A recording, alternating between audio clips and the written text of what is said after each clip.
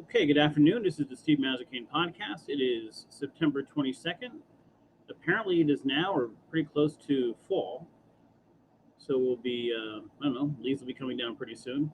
We'll get going in just a second. We have Jeff. How are you? Good to see you. I haven't seen you on in a while.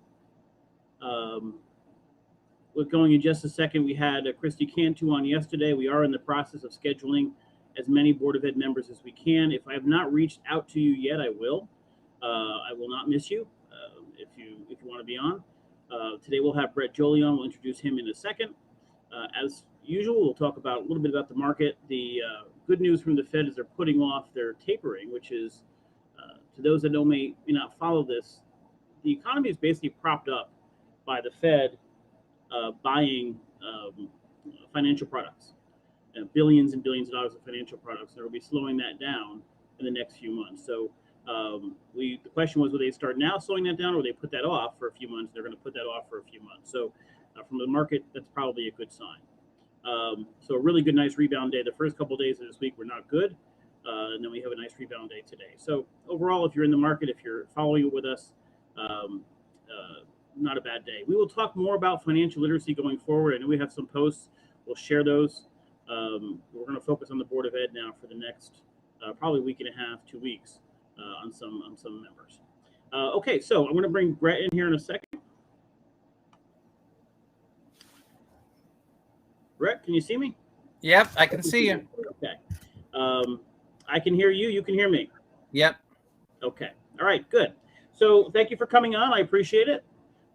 Before we talked for about 3 minutes before you came on, that was the first time I had ever met you. First of all, congratulations on running for office. It's always a courageous thing to do. Thank you. You have people like me that get to criticize you, and that's always a fun thing to have to put up with. But Brett, I know you're a teacher. Give me a rundown of who you are, personally, professionally, coming into this race. Sure. Thank you very much for having me on. It's a great public service that you're doing for Brantford. And I think they're 8 excellent candidates. So thank you very much. I grew up in Connecticut, moved out of state in '86, basically spent about 20 years out of state, and then came back in 2007. I mostly in California, spent a year studying in Spain, a year teaching in Mexico. I had a scholarship from Rotary Club down in Rio de Janeiro, Brazil.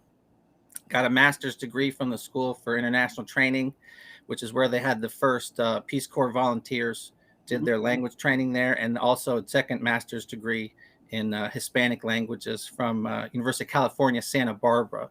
So I've been teaching since '95, but off and on to study abroad and study master's degrees and things like that. So came home, so to speak, to Connecticut in 2007. I met a wonderful woman in San Diego, left San Diego to come back to Connecticut, and we have 2 kids.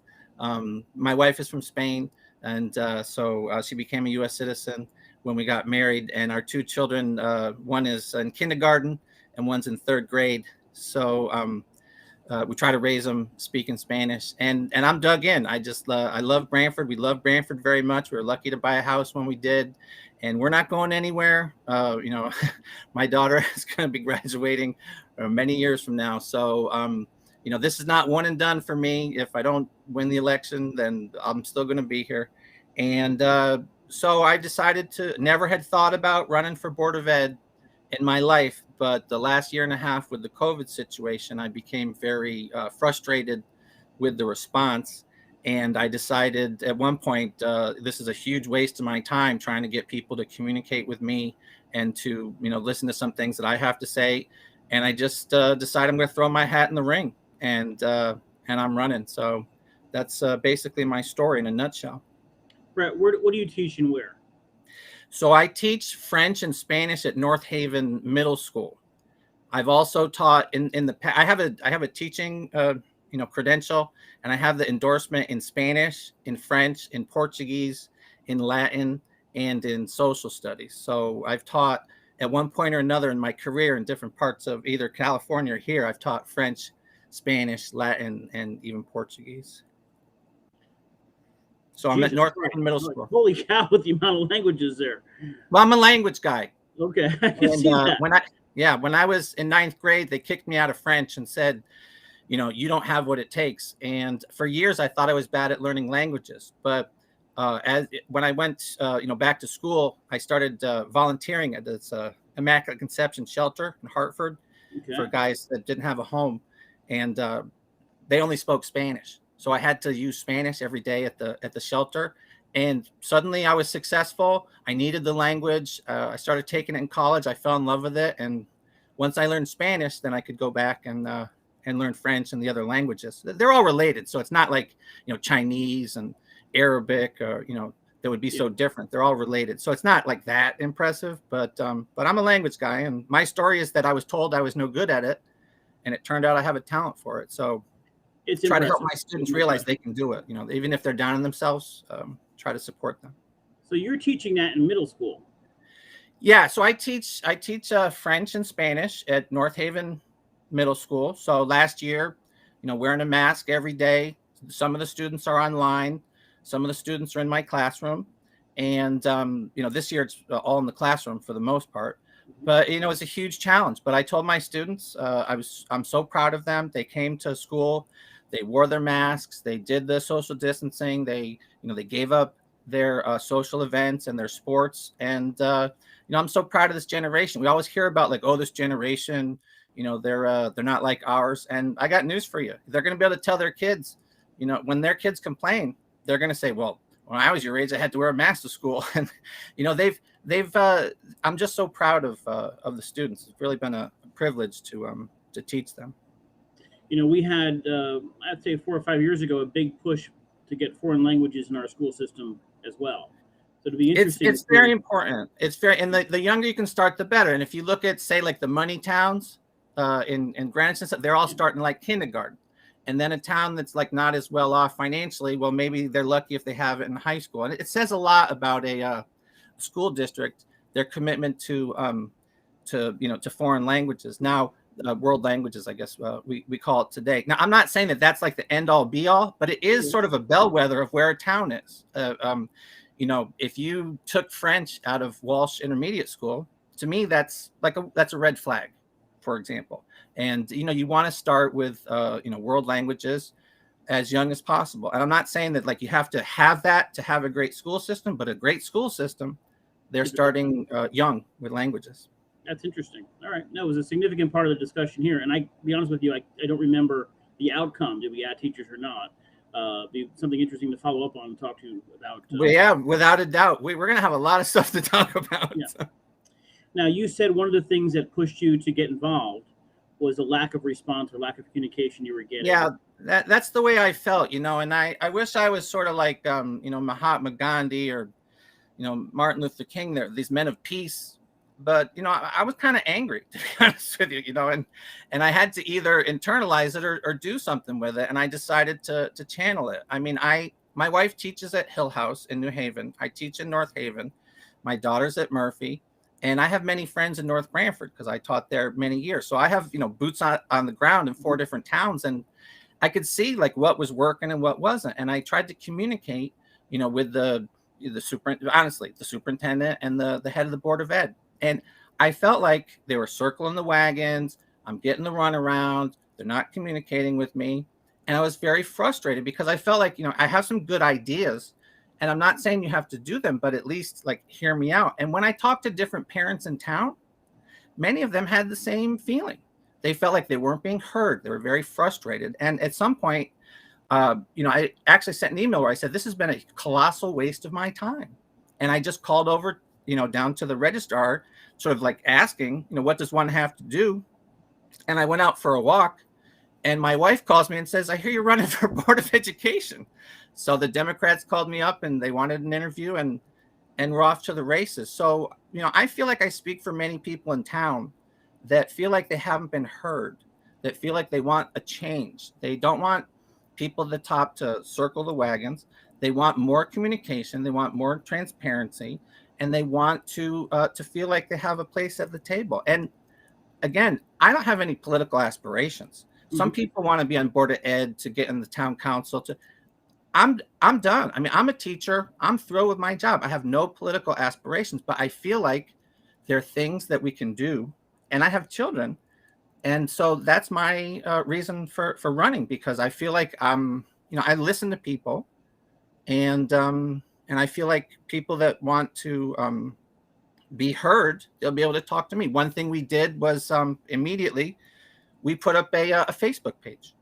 We have a Facebook page called Build a Better Brantford Board of Education, which is a lot of B's. But we're out there. I mean, we're honest to God trying to communicate with people. And, sometimes on the posts that I do, I don't allow comments because I got a lot of nasty comments. But you can always IM me, and we'll get back to you. And we're trying to get a dialogue going. So we're not just saying like, oh, we want to have better communication. We're actively trying to engage people and I've had uncomfortable conversations. I've had some of the unmask your kids people where it started out like not very nice, and by the end, we could agree to disagree, and we've had good conversations. And I feel like many of the people from that group, that after we talked in general, that they at least understand like this is a guy that cares and he's going to listen to me. He might not do what I want him to, but I feel like I'm trying to reach out to people, and that's what I haven't seen from the board. Let's talk about that though. So you have connections between North Brantford, North Haven, and Hill House. What would you say that those towns did that Brantford didn't do when handling COVID? Well, for example, in the communication about just with the COVID cases, that I feel like that there was a lot of room for improvement right there. Right out of the gate, the way that they handled going back to school. I mean, we're going back. Let's talk about like from the very beginning. And it was like, are people going hybrid, or are they going to go totally virtual?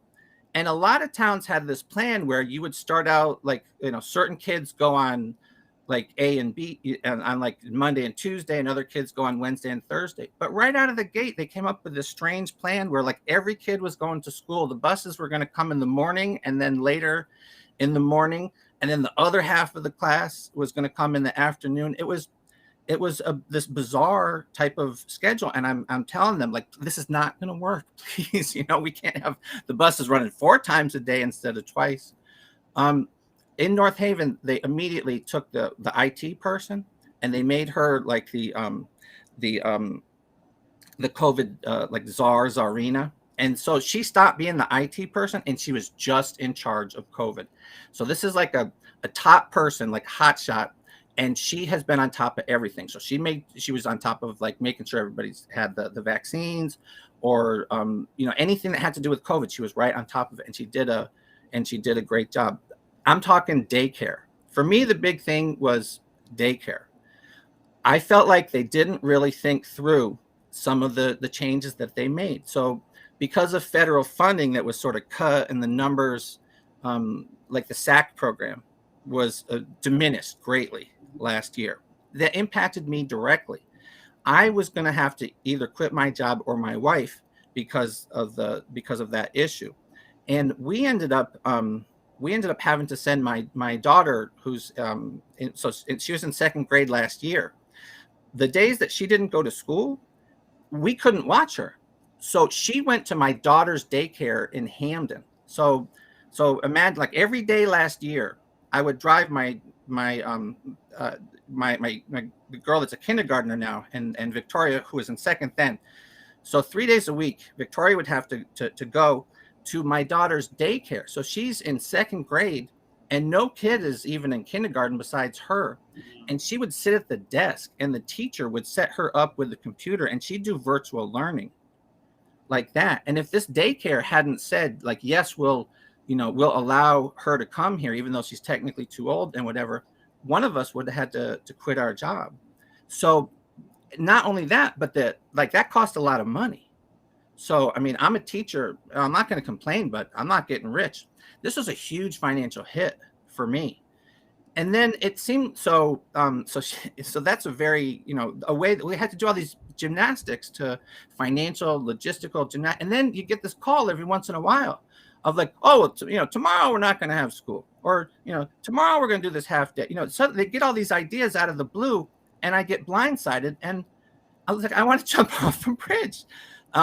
So I just felt like they're not thinking through the impact that it had on families. I think a lot of people in town are very upset about the way that the COVID situation was handled. And I think they've underestimated how perturbed people are. And so that for me was sort of the breaking point. I said something has to improve. So I'm talking, daycare, changes to the schedule, the way that they informed people about having COVID. Some of those not when certain services got cut, not taking that money and using it to somehow think about like how we're going to look out for the people that are impacted. Okay. You having the background you have in those 4 different towns, which I think is an interesting advantage you may have. CRT has been a big issue nationally, and next to us in Guilford, it's an issue. Has that been an issue in any of the towns you're talking to or you're working through? I haven't seen it. I feel like in Guilford, they fumbled it. It's very important for people to we need to learn about diversity. It's a very diverse country, and ideally, we're like everybody's completely different, and we're all united by the Constitution. And it's very important to know that people have different backgrounds and religions and different sexual orientation and this type of thing. But when it gets labeled as critical race theory, then all of a sudden it becomes this hot button issue. So I think we need to be very careful. And we want all the students to be able to analyze. We want them to be able to critique the sources of information. As a senior in high school, what they're being told about Columbus is going to be different from what they hear in kindergarten. But nobody should be indoctrinated either left or right, and that's not happening. I'm not seeing it happen. I feel like it's a boogeyman issue that certain people are trying to create out of nothing. So I'm definitely dedicated to diversity. But like, let's talk about Columbus. We have to understand that for 500 years Columbus was kind of revered. We have such an important Italian American community in this area, in Brantford, for example. You can't suddenly say like, oh, he was this horrible guy. These are people that have identified with him as a hero for a long time. And we have to be able to say, the Italian community has given so much. And, the sort of this name, could ring wrong with certain people and try to come to some consensus about it. Okay. So I'm glad when they chose, for example, the day of Columbus Day, Indigenous Peoples Day. It's a very clunky name, but I like it because, that event where, 2 people met, let's say Columbus and an Indigenous person, the repercussions of that shock between those 2 worlds are still being felt today.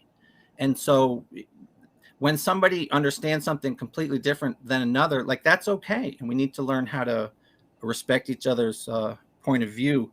And, you can't just like wipe away 500 years of history. We have to help people understand how to interpret it and sort of like celebrate what each, group, like people that identify with each group, like celebrate what they bring to the table. So you're running for the Board of Education. That's correct. What is in your opinion, the job of the Board of Ed? One of the biggest, and you asked Christy this yesterday, and hers was great. Her answer when she talked about policy and she talked about, sort of the direction that the board is going. But for me, the biggest thing is oversight on the way money's spent, but oversight on the superintendent. I mean, the superintendent serves the children and the people, the school system, but he works for the Board of Education. And so he has to be responsible. So the Board of Education has to have oversight of the superintendent. We cannot have a situation, and I'm not saying it's like that here, but we can't have a situation where it's just circle the wagons and people are going to do what they like. There needs to be more transparency. What's happening behind the scenes has to be more out in the open. And frankly, if the Board of Ed says we need to see certain books, we need to see certain numbers, we need to see them. And so to be quite honest with you, I think that's in some ways the biggest job that the board has, is to make sure that everything is going well with the superintendent. It's oversight at this stage in the game. I think anybody would say oversight from the So Board of let's Education on the suppose superintendent. that Brett Joly, the upset parent from Branford. COVID, in a month from now, goes to visit Brett Joly, the Board of Ed member. How would Brett Joly, the Board of Ed member, respond? If he hears that complaint from a parent, what would you do? So, what's the complaint? That Well, like you guys aren't. You weren't getting communication. You weren't getting consistency from the superintendent on COVID. The first day we're walking in there, we're voting on a new. We're voting on the head of the board. Okay, so I'm a candidate of change.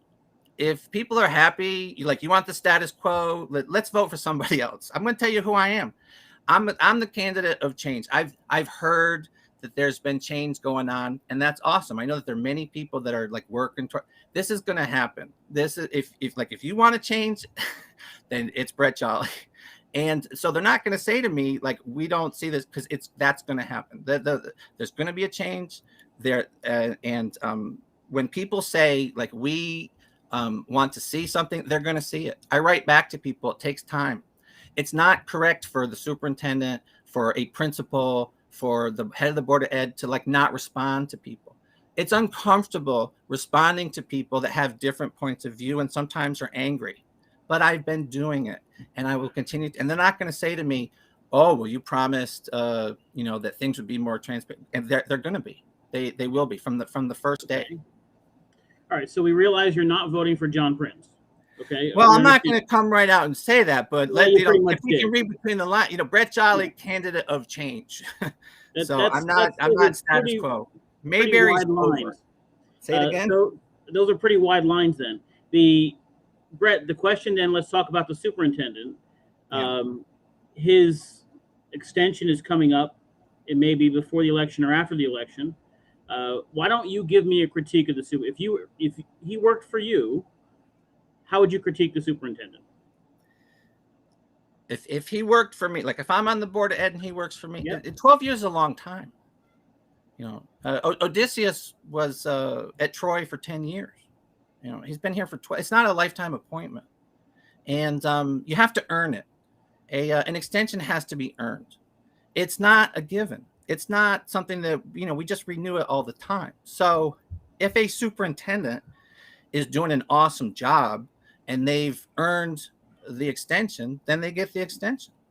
But if they are, caught by surprise by something, haven't reached out, as well as I think they could have, haven't, maybe visited other places, haven't, put it together in a year and a half, then, this is, you have to earn it. It's not a given. So, if a superintendent earns it, then, then they get the extension. But, I'm not running because I'm thrilled. This is not like, hey, I got nothing to do. I think I'll run for Board of Ed. You're talking about somebody here who, like many people in town, it says, I'm sick and tired and I can't take it anymore. And there needs to be some type of change. So, if suddenly, the guy starts, hitting a grand slam after grand slam, awesome. But at the moment, it's, come November 2nd, Brett Joly's not, not a happy camper. I want to say something to the people who are commenting. If a candidate comes out and says yes or no about something they're going to do in the future, they could end up recusing themselves when it gets to that moment. So I'm not asking Brett or any candidate to say yes or no on how they would vote. They could beat around it. They could talk about it. But if he were to say yes or no and it comes to an evaluation later, he would have to recuse himself because he already made a public statement on that. So it could be a dicey situation. So I'm not asking yes or no, but I think the people have a general consensus of. Let me respond to Stephanie, please, because Stephanie, I've communicated with Stephanie, and we've communicated online through Facebook, and Stephanie is a person who's very very committed. She has very strong viewpoints. She's very concerned about her children, and kids in school, and I have a lot of respect for her in that regard. And we disagree about the masks, and that's fine. And we sort of agreed to disagree. Now she says, why don't I allow the comments on the page? With certain posts like about the masks, it got really nasty, and I didn't feel like it was a good place to have that conversation. So I don't like waking up in the middle of the night and there's like these comments which are kind of toxic, and I don't think anybody wants that. So for example, I did dialogue about this issue on the page, but like when I went on WTIC, or when they they had me interviewed in the Hartford Current, and I posted about that, I didn't allow comments because I didn't want to have this like drawn out debate on Facebook about it. Now people could send me an instant message, we can still talk, but it's my way of trying. So what I'm saying is I'm trying to have the debate out there, but keeping it polite. So I had a guy from Brantford send me some really nasty instant message. A guy in Michigan looked me up and told me I was a communist and I should leave the country. I'm thinking, how does this guy find me? So I've received some nasty things, which frankly I don't enjoy. So I would love to keep. You didn't get nasty. She definitely didn't, and I'm not saying that, but that's why I'm not allowing comments on certain posts, because I just don't want it to become anything. Now we realize the mask issue is quite emotional for some people. It's emotional, and so I'm trying to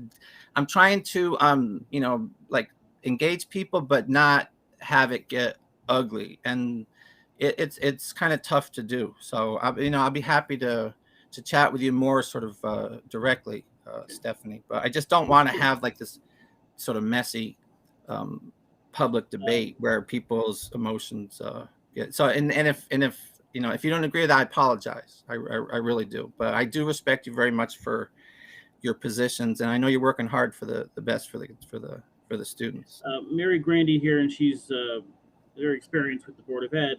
Is he a teacher? Yes. If so, he's protected with tenure. What difference of tenure when he says Hamlet's not a lifetime position? Oh, so a superintendent has a contract that's renewed every 3 years. So as a teacher, in theory, like once you've gotten tenure, you ride it out. You can lose your job. And tenure is not like in the past, and people lose their job all the time. And if they don't like you, believe me, they'll make you miserable, and you'll decide that it's time to move on. So tenure is not like that lifetime guarantee of a job anymore. But the superintendent sort of renews a contract every 3 years, and if the people in the town aren't happy with the superintendent, they don't renew it, and then that person has 3 years to maybe look for another job or decide what they want to do. So I don't know if that answers your question. An educator, teacher earns tenure and in theory has a job till they retire, but they can definitely lose it, and the superintendent renews, so he doesn't have tenure. There's another comment here on the masks. The one thing Hamill did do, and I think he actually probably did a good job with this, is early on he stated that masks would be worn in school. He put a notice out. I'm just to have this on the record. You support wearing masks in school, is that correct?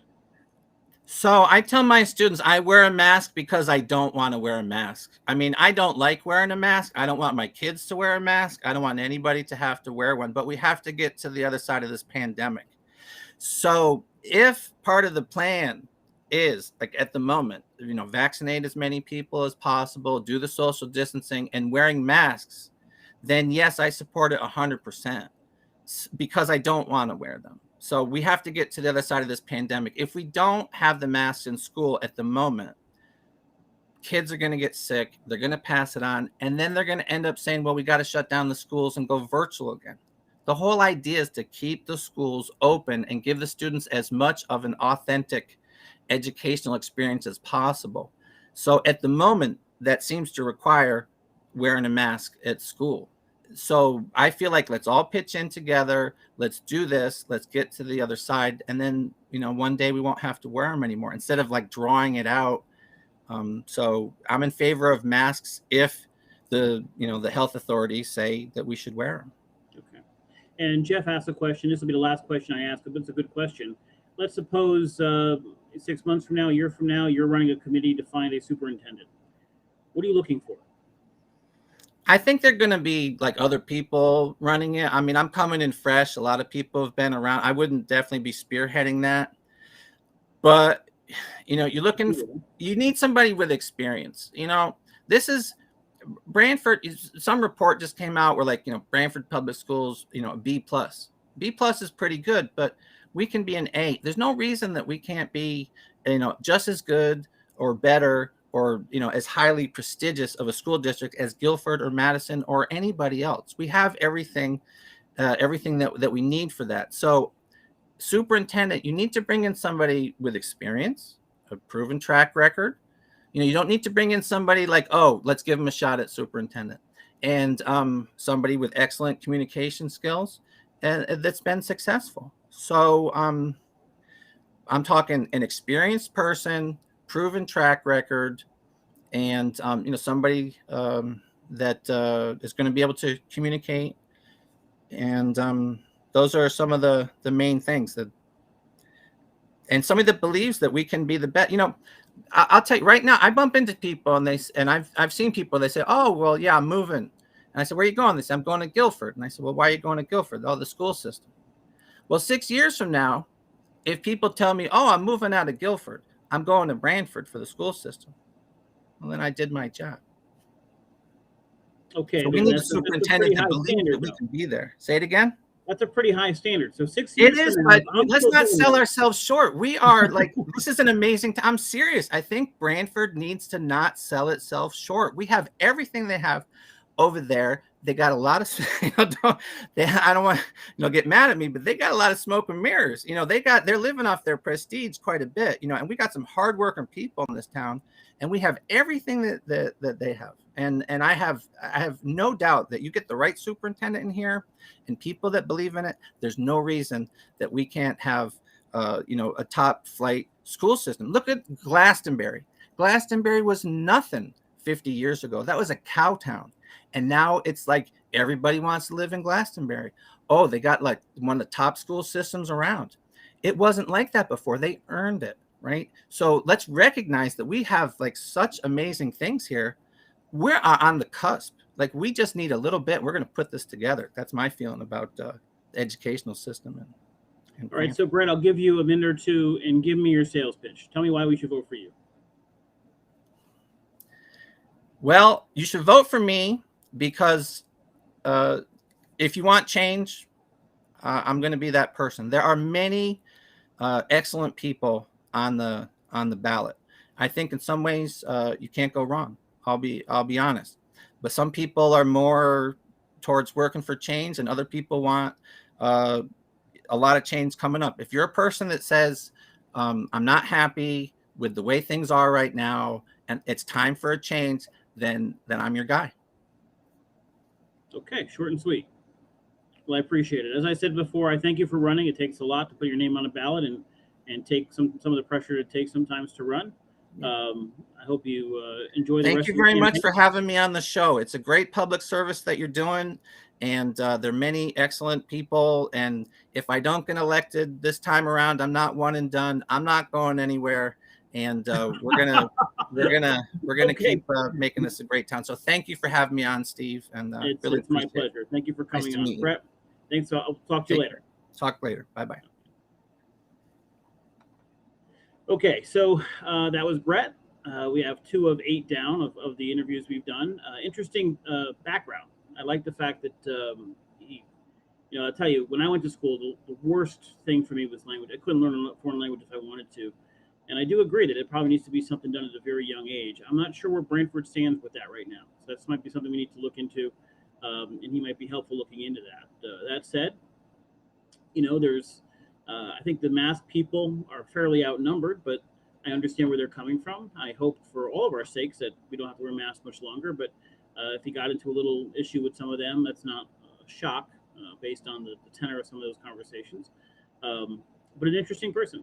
And our board now is made up of people who are some academics, some former teachers, some current teachers, and some parents. And having that kind of balance on the board, I think, is a good thing. I very much favored when Shannon Sharkey ran and Maria Manos ran on the ticket, having teachers who were teachers in other districts. And I think that's a significant plus because they can see not just what can be done here, but what's working or what's not working in other districts. And so, and when he said he's got his wife's at Hill House and then North Haven, that's a very drastic difference in demographics and economic bracket. So it could be very interesting to see what his thoughts are going forward. So that's two. I'm not saying some of these we may have back. You know, if there are questions or issues that come up, we may have some of them back. We are scheduling the rest of the week. We'll announce before those podcasts who's on to make sure they'll sign in. And I know we're having, I think, Marie Watson next Friday. We're going to do a special Friday one for her work schedule to make sure that works. The next Wednesday is Peter Verdun. We have a few others to confirm over the next 2 weeks. If I have not reached out to you yet, it's coming. Feel free to send me a message, but we're going to do our best to get every candidate on here. And we appreciate everybody who puts their name on the ballot, especially in a contentious year like this on the Board of Ed. I don't know that it's that contentious at the top of the ticket, but on the Board of Ed, I do not advocate for, and I will not endorse any one ticket.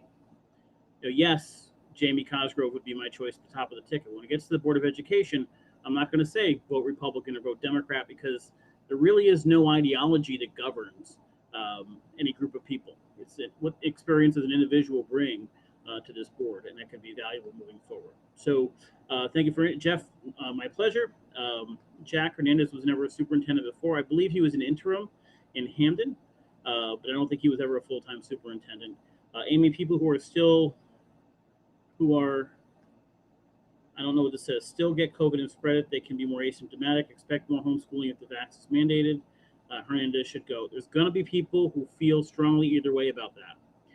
In general, schools are requiring masks. It's just throughout the state, that's what's happening. So make your decision accordingly. Okay, with that being said, we'll be back tomorrow at, today's Wednesday, right? Tomorrow at 4 o'clock. We may or may not have a candidate on. If not, it'll just be me. I don't want to disappoint anybody, and we'll try to announce that before the podcast. Until then, have a great night. I will talk to you tomorrow at 4 o'clock.